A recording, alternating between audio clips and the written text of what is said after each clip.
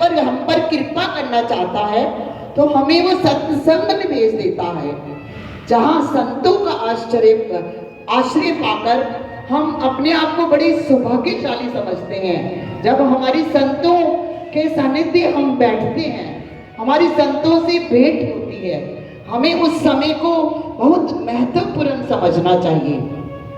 क्योंकि कहते हैं कि कदम ऐसा चलो कि निशान बन जाए और काम ऐसा करो कि पहचान बन जाए।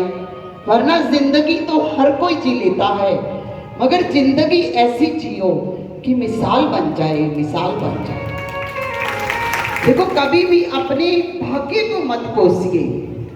आपके भाग्य से ऊंचा आपका कर्म है, क्योंकि आपके भाग्य से ऊंचा आपका कर्म है।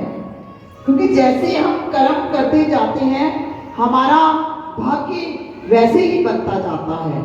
क्योंकि किसी कवि ने अंग्रेजी में क्या कहा, so an act you reap a habit and so a habit you reap a character और so a character you reap a destiny.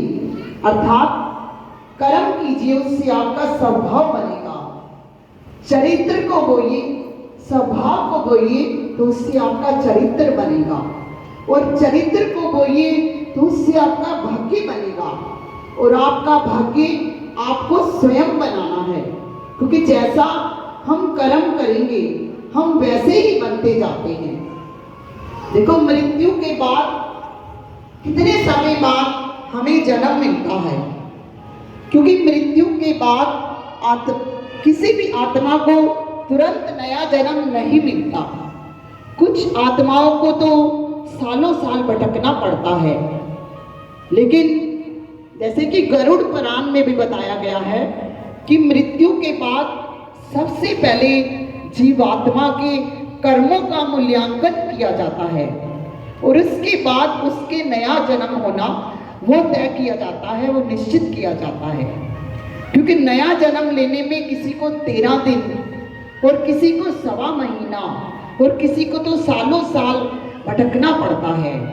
क्योंकि ये जीवन काल में मनुष्य के किए हुए कर्मों पर निर्भर करता है। क्योंकि ना मौका मिलेगा कभी झंझटों से, जन्म आदमी का मिले ना मिले फिर चली जा रही है ये उम्र धीरे धीरे, ये उम्र धीरे धीरे बीती जा रही है, ये उम्र धीरे धीरे। इसलिए जीवन की घड़ियां व्यर्था ना हो। ओम जपो तुम ओम जपो, चादर न लंबी तान के सो, ओम जपो तुम ओम जपो। देखो, जीवन को निर्भर करने के लिए हमें भोजन की आवश्यकता है और भजन की आवश्यकता होती है।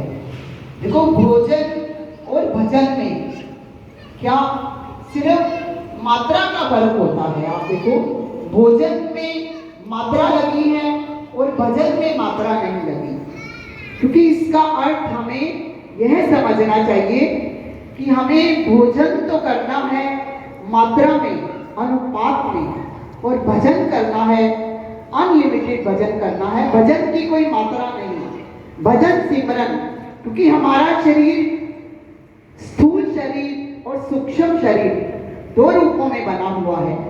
हम लोग करते क्या है कि जो हमारे स्थूल शरीर की जरूरतें, जैसे रहने को मकान, पहनने को वस्त्र, हम इन जरूरतों में, रहने को मकान, हम हमेशा इन जरूरतों को पूरा करने में अक्सर लगे रहते हैं। और सूक्ष्म शरीर की जरूरत, जो ध्यान सिमरन चिंतन, उस और इतना ध्यान नहीं दे पाते, जो कि हमारे साथ आखिर तक जाना है।